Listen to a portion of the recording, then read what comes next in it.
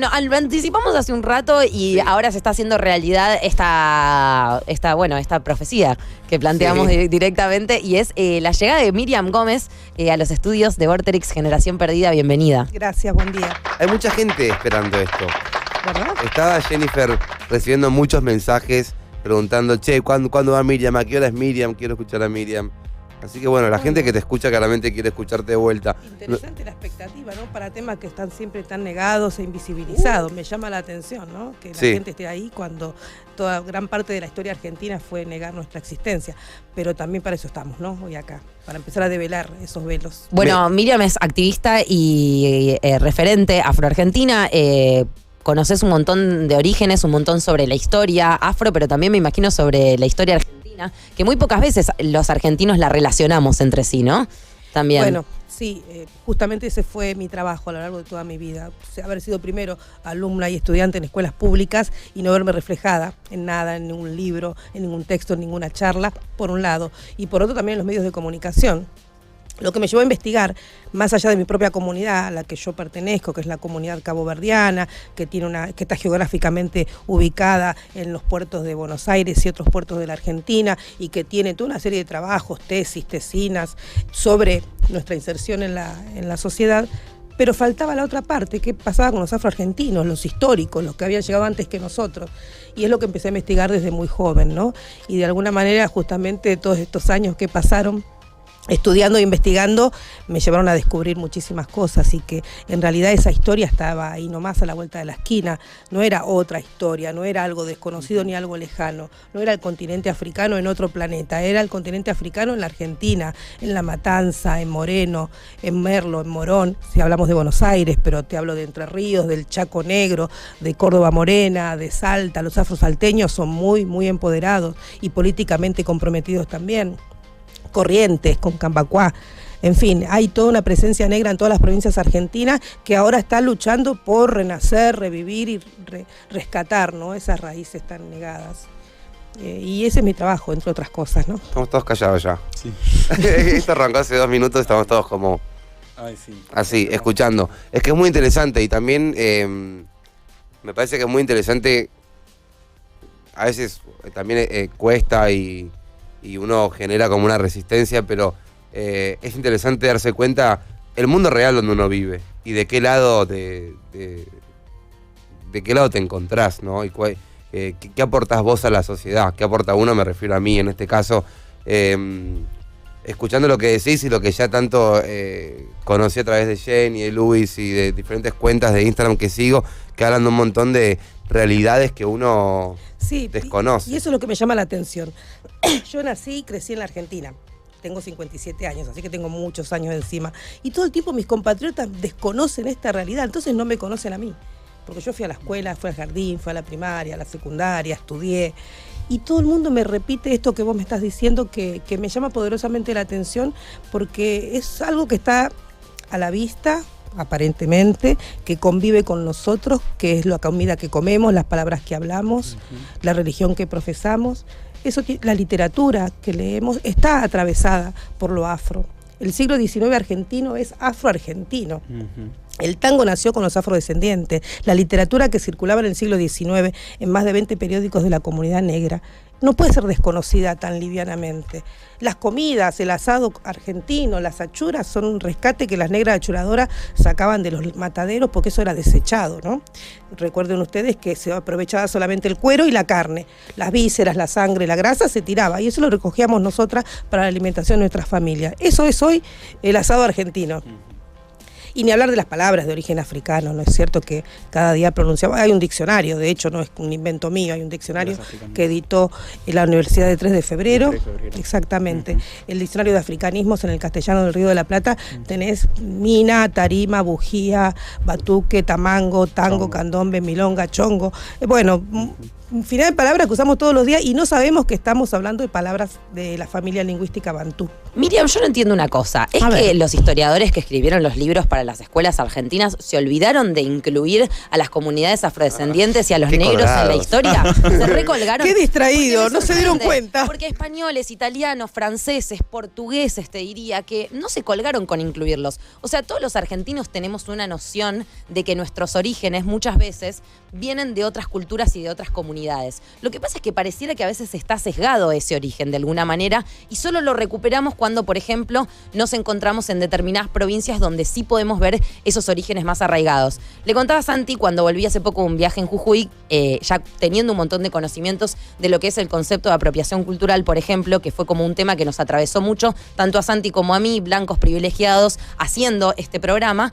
Y le planteaba a Santi, ¿no? Qué loco, porque cuando vos de repente vas a Jujuy podés ver que, le contaba también a Luis fuera de aire, ¿no? Podés ver que de repente está tal persona que tiene a su abuelo, que tiene su comunidad, que podés ver lo que hacían como la comunidad, las comidas que comen, los orígenes, como podés entender como tu mapa de raíces muy fácilmente. Pero ¿qué pasa con todos estos argentinos que solo sabemos que más o menos vinimos de España, que no sé qué, y en un punto no conocemos nuestras raíces?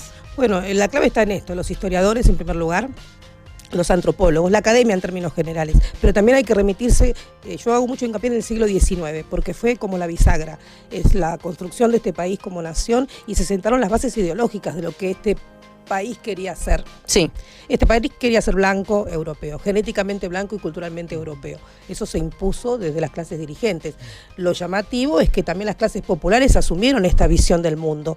Cualquier persona común y corriente en la calle te dice que en Argentina no hay negros. Hablas con un taxista, te dice se murieron en las guerras, o se murieron de frío, o se fueron a Uruguay porque acá tenían frío. ¿Y qué hacen los negros en Boston que la nieve te llega a la nariz y siguen allá? Viste, te dicen cosas que son absurdas, pero que no les permite al mismo tiempo cuestionarse.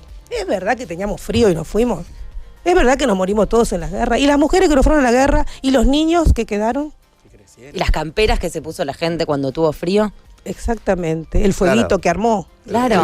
El mate, el churrasquito. El otro día hablamos con Sofi, estábamos hablando con alguien sobre el tema de la apropiación cultural, del racismo.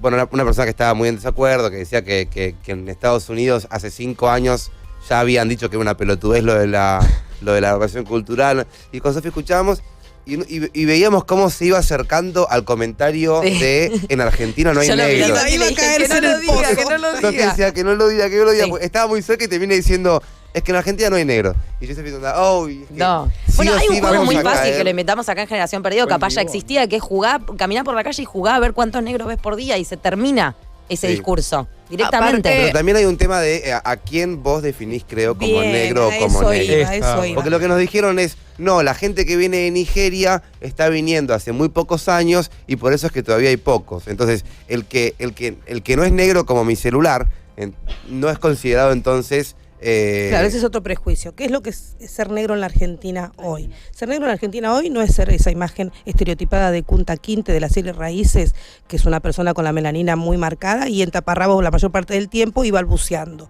Claro. Es decir, que no maneja el idioma. Negros, súper negros en taparrabos, chicos, dudo que vean en la línea B. No lo van a encontrar jamás en la Argentina eso. Claro. Lo que sí van a encontrar una gran variedad de, voy a hablar una palabra que no me gusta mucho, pero ahora no se me ocurre otra mejor, de mestizaje. ¿No? Entre diferentes. Yo también, pero por ahora no se me ocurre algo mejor. Entonces tenés toda una gama. ¿Café con leche? No. O peor todavía. Es peor. ¿Chocolatada? Bueno, pero existe toda esa variedad tonal, incluso cualquiera de ustedes puede ser afrodescendiente. La idea es que no esperen encontrar lo que ven en las películas de Tarzán o de Daktari. Estoy hablando de series muy viejas, pero no creer que modelaron que decir esto igual, ¿no? Pero que modelaron la mentalidad argentina. Entonces, vos podés ser un afrodescendiente tranquilamente, como cualquiera de mis sobrinas. Yo lo soy, sin duda. Luis lo es. Somos fenotípicamente afrodescendientes, muy claramente. Pero también hay toda una serie de descendientes africanos en la Argentina que, y voy a decir otra cosa que no me gusta, que por su grado de melanina menor que la nuestra, le hicieron el juego a la hegemonía blanca. Entonces se mimetizaron en una sociedad que decía que era blanca, por lo tanto ellos se convirtieron en blancos, aunque sea simbólicamente. Porque existe también esa concepción, vos sos claramente afrodescendiente o originaria y lo negás, y el mundo te cree. Y te movés y tu vida cotidiana también se rige en ese mundo de la hegemonía blanca, que es la que impone las reglas, que impone la mirada, los valores, los gustos, ¿no?, de las personas y hasta la ideología. Pasa esto, pero empecemos a ver realmente quiénes somos los argentinos. Yo noto que cuando hay crisis en la Argentina pasan dos cosas. Esta es una época de crisis, el 2000 fue una época de crisis, en los 90 hubo un momento parecido. ¿Qué pasa? Pasan dos situaciones. Recrudece el racismo, la xenofobia, la violencia. Pero al mismo tiempo hay grandes sectores de la sociedad que empiezan a preguntarse quiénes son, qué queremos ser, a dónde miramos para reflejarnos. Y esos sectores muchas veces vuelven a Latinoamérica o vuelven a África, claro, los que tienen mayor conciencia. Sean como estos movimientos pendulares. Este es un momento así. Hay muchísima violencia racial, que la sufrimos todos los días, pero también hay grandes sectores de la sociedad, algunos medios de comunicación, algunos que están buscando esa raíz africana en la sociedad, tratando de develarla y mostrarla, ¿no? ¿Por qué para el activismo afrodescendiente siempre resulta tan importante el tema de las raíces? Y te hago esta pregunta habiendo leído un poco de lo que escribió, por ejemplo, Beatriz Hilda Gran Ruiz, que entiendo que es una destacada africanista argentina, en la que ella justamente habla del porqué de la importancia de las raíces, pero me gustaría que me lo cuentes vos. Es problemático, porque yo obviamente reivindico mis raíces, claramente soy de origen africano y eso de alguna manera te valida, ¿no? Te legitima, claro, sin ninguna duda, pero también hay toda una postura, una corriente política a la que adhiero claramente, que estima que ser negro es una decisión política. Es de qué lado te pones, porque es un lugar de lucha. No es un color simplemente, es un lugar de lucha contra la opresión, contra el racismo, contra el sexismo, el patriarcado, el binarismo y todo lo que quieras poner ahí, los sismos que se puedan. Eso es una actitud política. Es la que sostenemos la mayor parte de los afrodescendientes que estamos activando en estas cuestiones. No adherimos al colorismo, a la cantidad de melanina, a la melanocracia, ¿no?, sino a cuál es tu posición política. ¿Vos sos descendiente de africanos? Bien. No lo sos, pero adherís a nuestra visión del mundo, bienvenida seas, ¿no? Y esa visión implica lucha. No es solamente, yo no soy racista, me encanta la cultura africana. Hay que adoptar una actitud más que activa y explícita, antirracista, lo cual te genera muchas veces incomodidades y perdés amigos, eso sin ninguna duda. Me ha pasado a lo largo de toda mi vida decir en una mesa en que estamos todos re felices que hay racismo en la Argentina y la mitad se ofendió y no me volvieron a invitar. Porque eso es un tema que molesta mucho en cierto sector del medio pelo argentino, que les digas racista, les puedes decir chorro, basura, ladrón, corrupto, lo que se te ocurra, pero le decís racista y le tocaste el alma. Venimos aparte, creo, de unos años donde el feminismo tuvo un protagonismo, una lucha muy grande, muy grande, que atravesó todo el país de norte a sur. Y yo recién después de eso, conozco a Jenny, arranco a conocer lo que es la apropiación cultural, que obviamente en cuanto me la explican es como, ¿qué? ¿Cómo? ¿Qué? Entonces alguien de África no puede usar un jean porque el jean es americano. Bueno, las típicas respuestas de alguien que no tiene idea del tema, las tuve yo, obviamente no soy la excepción. Y lo que empezó a pasar, creo, o lo que por ahí escuchan mucho Jenny y Luis, es... Bueno, pero hoy en día ya no se puede decir nada. Como diciendo, bueno, ¿hasta dónde vamos a llegar? Que el feminismo, que los putos, que los negros, no se puede decir nada. Y bueno, no. Si entró en calor. Y justamente. Entró en calor. Estoy enojando. Se enojó. Como hay una visión medio de, bueno, paren, no pueden luchar por todo, ¿viste? Ya está. No exageren, ¿no? No exageren. No se puede hablar de nada. No se puede decir nada ahora. Una vez Sofi me dijo, bueno, no, bueno. Quedémonos callados.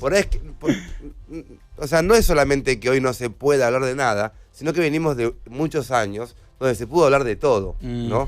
Donde hubo piedra libre, por así decirlo, para decir lo que queremos decir sin ningún problema. Obviamente la gente con más privilegios y... Bueno, es que no todos pudimos decir lo que siempre quisimos decir en estos años. Lamentablemente, mucha de nuestra gente ha estado silenciada. Y este es un momento en que hay que decir todo, aunque moleste, para poder llegar a la síntesis. Hay que decir todo, hay que enojarse por todo, hay que derribar paredes y después seguramente habrá una síntesis, pero claro, no creo que sea inmediatamente, pero estoy viendo cambios, no es lo mismo lo que pasaba hace 20 años, hace 15, 10 incluso, que lo que está pasando ahora. Y volviendo al feminismo, también el feminismo negro es más que necesario. Lo mismo Era pasa con mi Instagram. Tenía que nacer, porque si no, no hubiera sido justo. Perdón. No, perdón. Que digo que lo mismo pasa con mi Instagram, que por decir muchas cosas antirracistas me lo cerraron. Sí, y a mí también me cerraron mi cuenta, justamente ese es el tema. Hablar de racismo incomoda a la gente. Enoja, porque es como que uno está lastimando una buena conciencia, que lo único que hizo esa buena conciencia fue tapar. Exactamente. Pero esto está surgiendo y no se puede detener. Es así, y hay que relajarse y dejar que pase. A lo que voy es que, supongo, ¿no? A lo largo de la historia, el hombre blanco, heterosexual y flaco es el que pudo instalar la palabra negro, puto, gordo y mujercita como insulto, ¿no? Es así. A eso es a lo que me refiero con antes se podía decir cualquier cosa y hoy en día ya no. Cuando digo quién puede decir cualquier cosa, obviamente el que tiene el privilegio de decirlo y de instalar la palabra gordo, negro. Bueno, mujer no es un insulto, pero sí corres como nena. En determinados contextos lo es. Puta. Todo lo que se le dice. Está bien, yo te había interpretado de otra forma cuando dijiste que se pudo decir durante muchos años lo que se quiso. Sí, me refiero claramente a otro sector privilegiado. Sin duda. Bueno, y justamente esas palabras son las que queremos resignificar. La gorda, la negra, la fea, la caderona, la culona, la café con leche, la chocolate, la negra caliente como un baile y todo ese tipo de cosas que uno escucha todos los días. Y sí, hay que quejarse, hay que enojarse cuando alguien dice una cosa así, aunque parece un chiste, aunque parece inofensivo y aunque tal vez la persona no siempre esté queriendo ofender, pero tiene que tomar conciencia. Sí. Se tiene que incomodar un poquito, tiene que darle un poquito de vergüenza a decir determinadas cosas. Una lucha empezó desde la paciencia, desde el amor. Todo empezó de revolucionarse y decir basta. En todo caso, ese amor en algún momento estalló. Amor de nuestra reivindicación, el amor a ser negre, después todo lo demás el orgullo, se hace desde la lucha, es así, ¿no? Todos son derechos adquiridos lo que conseguimos nosotros. Exactamente. Miriam, vos como historiadora seguramente tendrás identificados en la historia argentina un montón de momentos donde nos contaron las cosas tergiversadas, ¿no? Me imagino. ¿Se te viene alguno a la cabeza? Porque ¿algún momento algún autor? Todo. ¿A quién tenemos que odiar? Bartolomé Mitre. Bartolomé Mitre es el que escribió la historia de San Martín. Bartolomé Mitre diseñó la historia oficial argentina y es la historia que se impuso en las escuelas, en los medios de comunicación. Eso en cuanto a los historiadores, pero también los sociólogos, como el que le dice el sociólogo, el padre de la sociología argentina, ahora se me escapa el nombre, él justamente modeló e impuso de manera como que sancionó esta jerarquía de las razas, ¿no? Eso que también es muy siglo XIX, la raza blanca en la cúspide, ¿no? Y después en la base la llamada raza negra y los pueblos originarios. Nosotros decimos que el concepto de raza está perimido. No existen las razas como tales, pero sin embargo hay muchísima gente que cree en eso y por lo tanto actúa y tiene consecuencias en tu vida cotidiana. Si a mí me racializan, me consideran perteneciente a la raza negra, las personas van a actuar en consecuencia. Y hay toda una serie de ideas y preconceptos al respecto. ¿Qué es ser negro? Bueno, es ser sucio, poco inteligente, salvaje, primitivo, desprestigiado. Nadie quiere estar en ese lugar, pero es el lugar que nos dan a nosotros y nosotras las negras. Sí, trabajar como un negro, cuando decís, hoy trabajé como un negro. Por ejemplo. Trabajo en negro. Tarde negra. Tarde negra, día negro, miércoles negro. Bueno, te lo aprendí de Jenny, ¿no? Obviamente. Pero de a poco vas entendiendo. Sí, ya la palabra negro es muy básico, ¿no? Si hablamos de la palabra quilombo, que también Jenny me hizo entender de dónde viene y qué significa. Bueno, no sabías y de a poco vas notando cada vez que la decís y cómo tenés que reemplazarla por bardo, problema, lo que sea. Hay una discusión con respecto a la palabra negro, ¿no? Pero negro ya es muy básico. Sí, no, porque en un momento de la historia, los que tenemos más de 40 años, asumimos la palabra negro como nuestra bandera de lucha. Claro. Sosteníamos, y como negros nos sometieron, como negros nos liberamos. Yo estoy muy apegada a la palabra negro, me encanta, siempre me consideré negra y muy bellamente negra. Para nosotros la palabra negra era la revolución. Usar esa palabra con la que nos sometieron para liberarnos. Pero hoy tenés una corriente filosófica como la de Achille Mbembe que te dice el negro ha muerto. ¿Qué quiere decir con esto? Que no solamente que se murió, sino que nunca existió. En África no hay ni hubo negros nunca. ¿Qué había en África? Zulus, Watusi, ¿sí? Yolas, Manchacos, Peul, Malinqué, etcétera. Pero son nombres de comunidades, digamos. Exactamente, nombres de diferentes grupos étnicos. No hay negros ni hubo, pero hubo una construcción histórica que nos transformó en negros. Y esa es nuestra lucha. Loco, ¿no? que algo tan visible intente ser invisibilizado a lo largo de toda la historia, ¿no? Leía en este libro de la ruta de los esclavos en Latinoamérica, ¿La si no me de equivoco, la UNESCO? La de la UNESCO, Ok. que me pareció muy interesante, como por ejemplo contaban cómo en la migración que se hizo desde Europa, por ejemplo, desde Portugal, lo que puede haber sido España, etcétera, hacia América, traían, casi te diría, más personas negras que blancas a habitar estos territorios, ¿no? Porque toda la construcción blanca que conocemos de privilegios siempre estuvo fundamentada sobre gente negra. O sea, Napoleón, mientras descubría lo que quiera descubrir, tenía a alguien que le servía el desayuno y le lavaba los pies, Sofía, ¿no? esa es la dialéctica del amo y el esclavo, que escribió Hegel. Esa dialéctica presupone que para que haya un amo tiene que haber un esclavo. Y digo esclavo tal como lo decían ellos. Nosotros hablamos de esclavizados. por decir Pero la dialéctica del amo y el esclavo presupone eso, ¿no? Es un binarismo que ambos se necesitan para poder existir. Exactamente, eso me pareció, que me planteó, no sé, leyendo este libro encontré una versión distinta que nunca la había pensado de esa manera. Presupone esa existencia, si no, eso no tiene sentido en la realidad. Por un lado. Y por otro lado, hubo momentos de la historia argentina en que fuimos la mayoría. Vos vas al censo de 1778, que se ordenó apenas 2 años después de la creación del Virreinato del Río de la Plata. Sí. Y ahora te voy a decir algo respecto del título que me pusieron. Yo no soy historiadora, soy profesora de literatura. Mirá. Soy historiadora, Jennifer. soy historiadora aficionada. Ok. Pero estudié más de historia que literatura Perdón, prácticamente. fue sin hasta altura de la querer. vida. Perdón. El activismo la te verdad, hace- yo aprendí un montón de cosas. Sí, tenés que sumergirte en el Archivo General de la Nación de vez en cuando, la Biblioteca Nacional, la Biblioteca del Congreso, Estoy porque ahí aprendiendo está lo todo. Soy ahora fan de la ONU, tipo. Y el miralo, censo- También. Me quedé con intriga con lo del censo de 1700. 1778 te daba cifras, por ejemplo, Santiago del Estero, más del 50% de la población era de origen africano. Todas las provincias de lo que es la zona más fértil de la Argentina tienen grandes porcentajes de población negra, 46% en Córdoba, Catamarca un número semejante, Buenos Aires por esa misma época, algunos te hablan de un 30% y otros hasta de un 40% de población afrodescendiente o negra. Claro que las palabras no eran esas, eran negro, pardo, moreno, de color, mulato, sambo, toda una serie de definiciones que apuntaban de todas maneras a ese sector. Colorista, full. Absolutamente así. Sí, Y eso me además encantas. te ponía en un lugar determinado sobre qué trabajos ibas a acceder, qué ropa podías usar. Por otro lado, a fines del siglo XIX, que es un siglo maravilloso porque tiene infinidad de cosas que pueden explicar nuestro presente, se cambian todos estos términos y en 1887 se empieza a usar el término trigueño, ¿no? Que reemplaza todos estos conceptos. Y el trigueño vos lo buscás en el diccionario y no te dice nada. Te dice, yo justo estaba por decir eso. Cuando hablamos del colorismo, a mí el moreno me molesta un montón, particularmente, y el morocho. Yo en ese aspecto estoy recontra radical. Y me puse a averiguar y me di cuenta que trigueño es como, no está tan mal. Es el o sea, color del es como trigo. el que más zafa, el color del trigo. Vos lo buscás, Exactamente. pero tampoco alude a ningún grupo étnico Exactamente, particular. ¿cómo? Fue una palabra para invisibilizar, por ejemplo.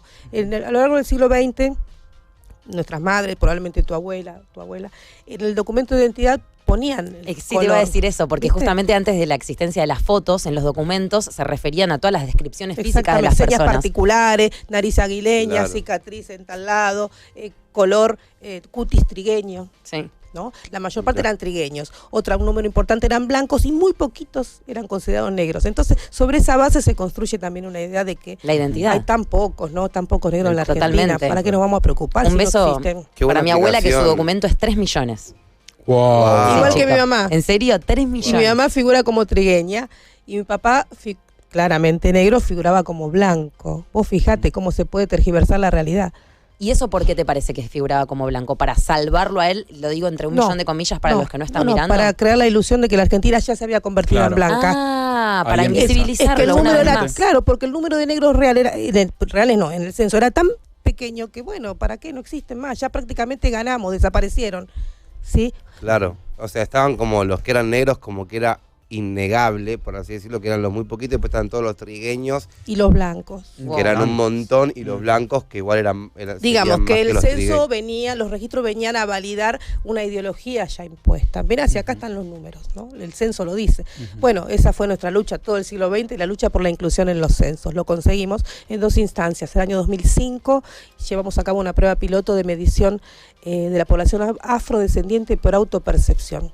Pero esto no fue casual, venía toda una corriente en el continente, en la región, de incorporar minorías en los censos. De hecho, yo había estado trabajando esos temas en Colombia, en Perú, etcétera. Y acá en el 2005 conseguimos que el INDEC y con una financiación del Banco Mundial hiciéramos esa prueba piloto. ¿Qué sería afrodescendiente por autopercepción? Que la persona diga yo soy afrodescendiente, no que yo decida, te miro y digo, uy, me parece que sos o no sos, sino que la persona tiene que definir. ¿Se considera usted afrodescendiente o descendiente de africanos negros?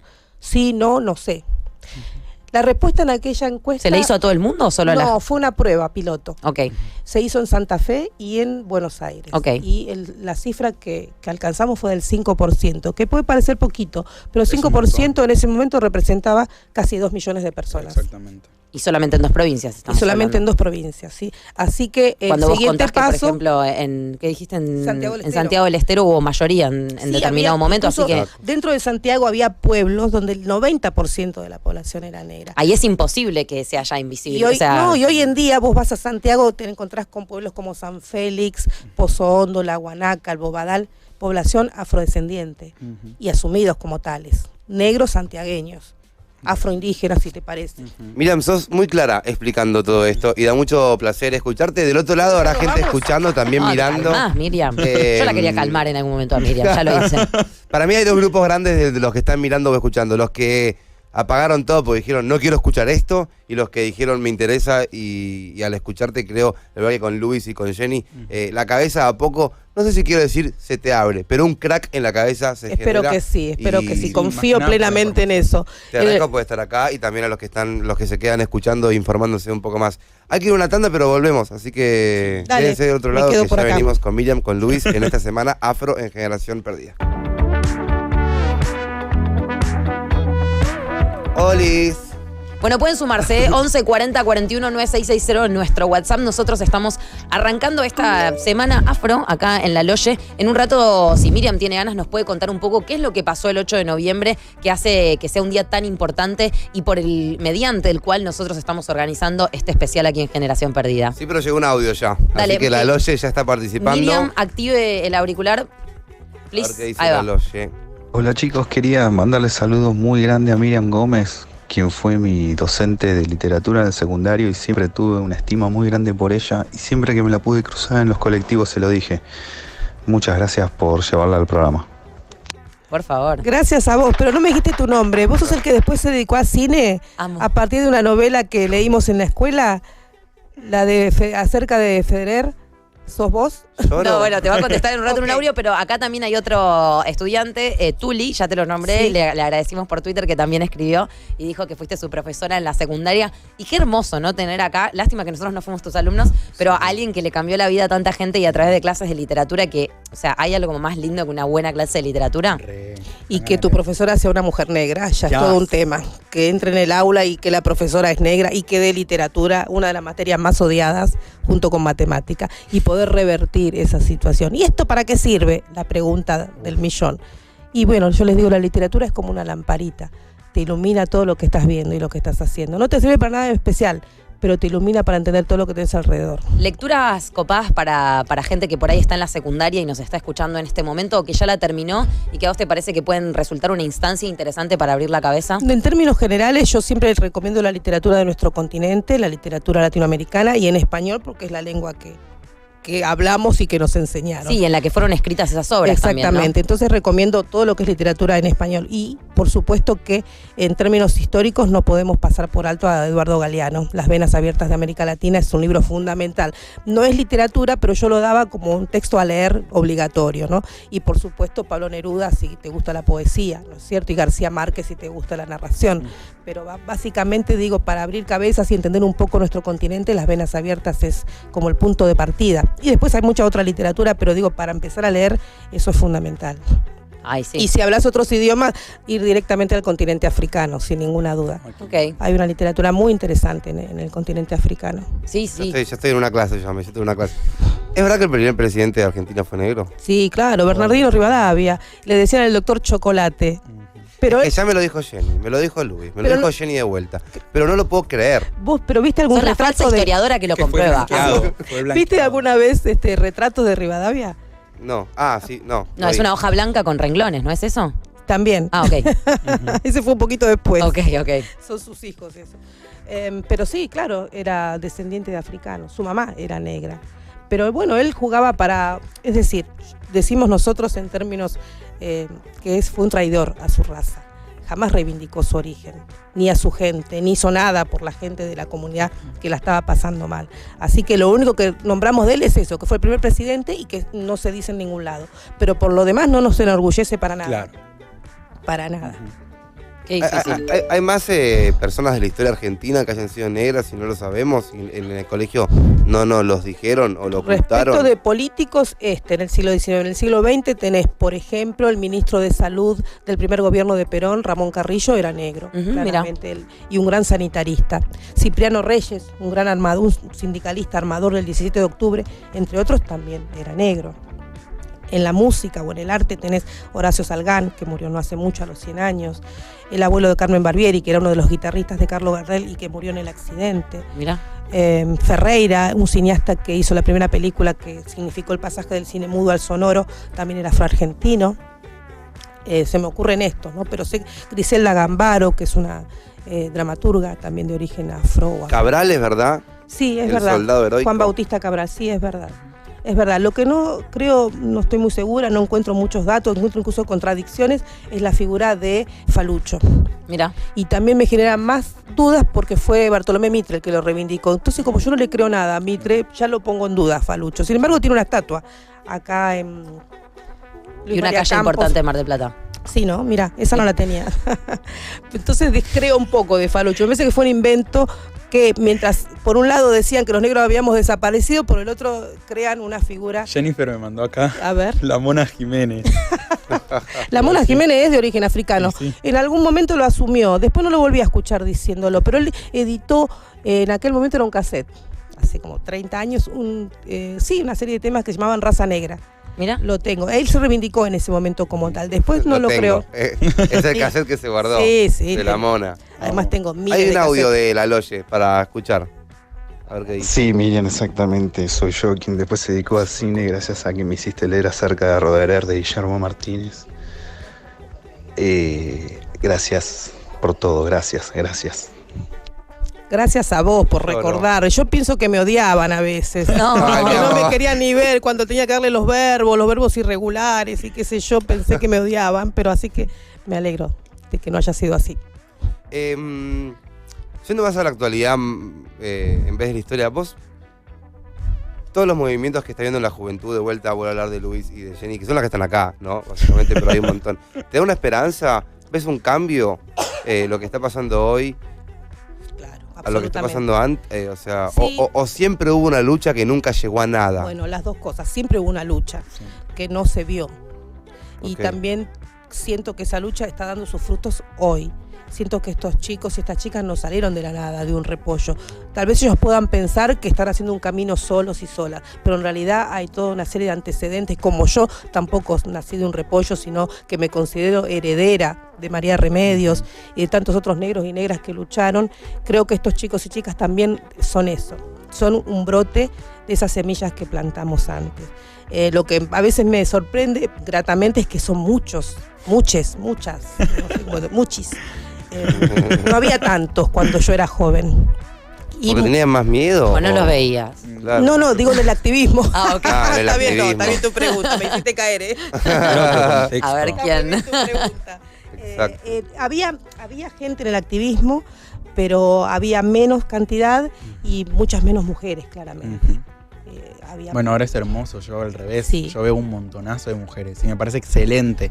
Realmente la mujer negra a lo largo de la historia creo que fue la opresión, la opresión de la opresión. Claro. Y me parece hermoso que yo cuando estoy en los quilombos o con mis compañeros, es impresionante que casi todas son mujeres. Y me parece hermoso. Realmente en la historia se los oprimió un montón. Y justo lo que decía Miriam es cierto. Como que era mucho menos también el contexto. En la época no es lo mismo que hoy en día, que uno puede levantar su voz, o que cualquiera realmente, si tiene el sentimiento y las ganas, puede levantarse y hacer algo. En esa época no teníamos la facilidad de las redes, no habían un montón de cosas, y el contexto, como digo, ¿no? Ahora el movimiento feminista, por suerte, dio como el pie a que se levante todo y se tire el tablero y se pueda armar algo mucho más deconstruido. Y eso es impresionante. Y justamente del sentirse solo, la verdad que a mí mi activismo fue un antes y un después cuando descubrí a mis compañeros. porque pasé de literalmente donde conocen a Jennifer. Yo conocí a Jennifer y conocí a todos después, por Jennifer. Y yo conocí a Jennifer y dije como, mira, alguien que habla de lo mismo que yo. O sea, como que alguien que habla de estos temas y maneja la misma información. Y Jennifer ya estaba en un par de notas, entonces ahí fue como, ok, o sea, es conocida y se habla un poco. Y ahí me dio el pie y la catapulta a todos mis compañeros, que la verdad que me dieron una vuelta total y una sacudida en el horno a todo lo que tenía pensado de mi activismo, de lo que iba a hacer y de mi vida. Luis, ¿cuántos años tenés? Tengo 20. Miriam, ¿cuántos años vos lo dijiste hace un rato? 57. 57. ¿Y les parece que hay una edad para autopercibirse como afrodescendiente o para no, pero igual me llama activarla? mucho la atención respecto también de la pregunta de él y la tuya, los jóvenes que son, como tan jóvenes, tan chiquites, tienen las cosas tan claras. Eso me llama mucho la atención. Lo veo cada vez en chicos y chicas más jóvenes. Luis tiene solo 20. Fue cuando estábamos en Chile, en Santiago. ¡Vuelva al útero! Bueno, pero hay chicas de 16 en la diáspora. Sí, hay chicas de gente 16, 17 que yo diáspora, me quedo con la boca abierta escuchando, le digo, ¿qué pasó acá? Que no me enteré. Pero sí, veo que vienen con una conciencia cada vez más clara y más firme de las cosas y incluso con sus identidades sexuales definidas. Cosa que nosotros recién a los 28 años nos damos cuenta de lo que queríamos ser. Completamente. Y bueno, y pasa mucho también que la situación de privilegio es incómoda.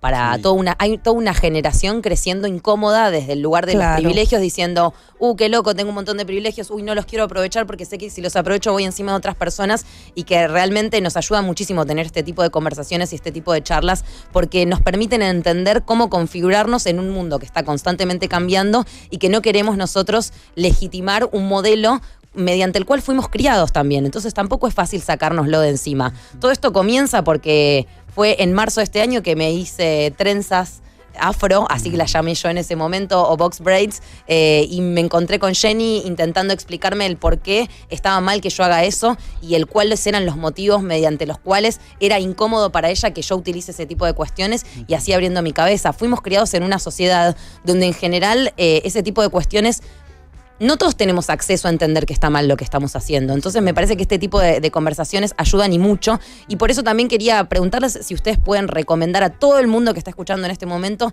diferentes espacios mediante los cuales uno, si tiene dudas sobre su identidad, y lo digo sintiéndome un poco rara porque cuando hablamos de eso en la Argentina solemos hablar de la dictadura, de la última dictadura, pero si alguien tiene una curiosidad distinta sobre su identidad, pueda referirse a estos lugares, o a ustedes, o a personas. Bueno, particularmente lo que quería decir es que es muy complicado el activismo afro porque por más que sea una visibilidad y que Miriam vea ese contraste, sigue habiendo muchísima invisibilidad de este tema. La gente no sabe, justamente cuando lo decías antes, uno habla de racismo y se levanta, ¿me entendés? Y se va todo y explota todo.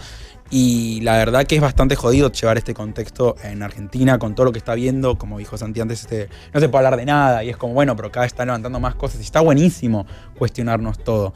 En lo que es contacto, pueden hablar conmigo. Yo obviamente puedo ayudarlos en lo que necesitan. Más que nada cuando se habla de la identidad, que es algo que es súper importante y la gente no hace énfasis. La identidad es algo súper importante. Entonces se pueden contactar conmigo. Pueden, bueno, obviamente contactar con cualquier activista afro, con Jenny, con Luanda. Siempre estamos, y más cuando se tiene que hablar de identidad. Si respondemos a Blanque, es obvio que vamos a poder responder a alguien que quiera saber sobre su identidad. Bueno, @Louis Yupanqui con Y y QUI sobre el final. Entonces. Paso una última pregunta, pero ojalá la respuesta sea larga igual. ¿Me puedes hablar un poco de la historia del tango? Que sé que sabes mucho y que debe ser muy interesante porque uno dice tango, Cardel. Mira, yo no soy etnomusicóloga. Te puedo dar generalidades sobre lo que yo sé del origen del tango. Sé que los primeros pasos o danzas ligadas al tango se hacían en lugares negros, sitios de tango se llamaban. Incluso el primero que existió, donde la gente iba a bailar, esto que después se llamó tango, era sitio de tango. Después se llamó, con el nombre del lugar, a la danza que allí se practicaba. Okay. Que eran sitios, la Negra Paulina fue la que inauguró uno de esos primeros lugares, sitios de tango.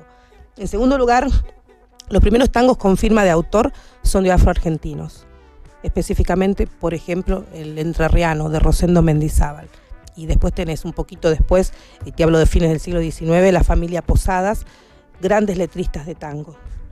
Más de 40 tangos compuestos por esta familia de afroargentinos. Esto es el otro hecho de que el tango se tocaba con percusión. Y otro aspecto que certifica este origen africano es la misma palabra tango. Es de origen africano, de la familia lingüística bantú, del quimbundu. Entonces tenés como muchos factores que están en el origen del tango. Luego el tango empieza a crecer, a ampliarse y recibe otras influencias. Por ejemplo, ya en el siglo XX incorpora el bandoneón. El bandoneón no era inicialmente parte del tango, era un instrumento que venía de Europa, de Alemania, y venía en las cajas con una banda que sellaba la caja. Era la Bandunion, la banda para sellar el lugar. La banda misma le da nombre al instrumento que luego se incorpora al tango. Pero ¿qué pasó después? El tango va a París, triunfa y vuelve prestigiado, ¿no? Antes de eso el tango era muy mal visto, ¿no? Cuando vuelve prestigiado, famoso y sancionado como lindo, como estéticamente aceptable, se le empieza a negar su origen negro. Claro.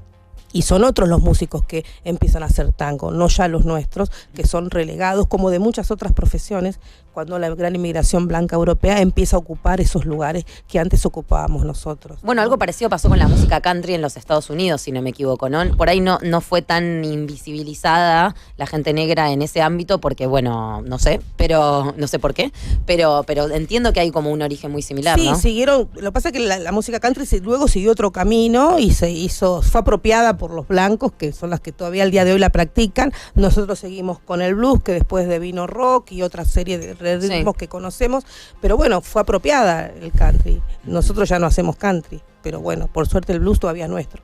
Igual hay mucha otra gente que lo practica, lo compone, etcétera, pero nadie niega que el blues es de origen negro, pero sí lo niegan con el tango. Y los orígenes son semejantes, ¿no? La soledad, la pobreza, la opresión, las diferencias sociales, el origen es el mismo, ¿no? Y todo lo te invitaría a casa a tomar un té. Dale, ¿con masitas? Sí, claro. Bueno. No, masitas no me gustan todos los dulces. Un sándwich de jamón y queso. Ahí va, un de miga. Dale. Sí. Riquísimo, me encanta. Es que realmente es un placer escucharte. Sos muy clara, todo lo que traes, por lo menos para mí que desconozco, me resulta muy interesante. Qué bueno. Para mí es importante que me digas esto porque me reafirma una idea que tengo, que es la de la educación como transformadora de la realidad y de las relaciones sociales. Creo firmemente en ese poder de la educación y esto es educar también. Sí. Así que estoy totalmente de acuerdo con vos. Bueno, Miriam Gómez, qué placer tenerte aquí entre nosotros. La pueden encontrar en un montón de escuelas públicas. No, ya está jubilada, pero bueno, es y en las redes no me van a encontrar nunca. Y en las redes no, la van a encontrar, así que si quieren pueden revivir esta nota en vorterix.com. Muchísimas gracias por haber venido, Miriam. Gracias. Y Luis también, muchísimas gracias. No, de nada, gracias por invitarme. Y la gran gestión de Jennifer Parker en el día de la fecha y durante toda esta semana, que está contribuyendo para hacer de Generación Perdida un espacio donde se pueda dar un debate afro interesante, rico y claro que sí, nutritivo.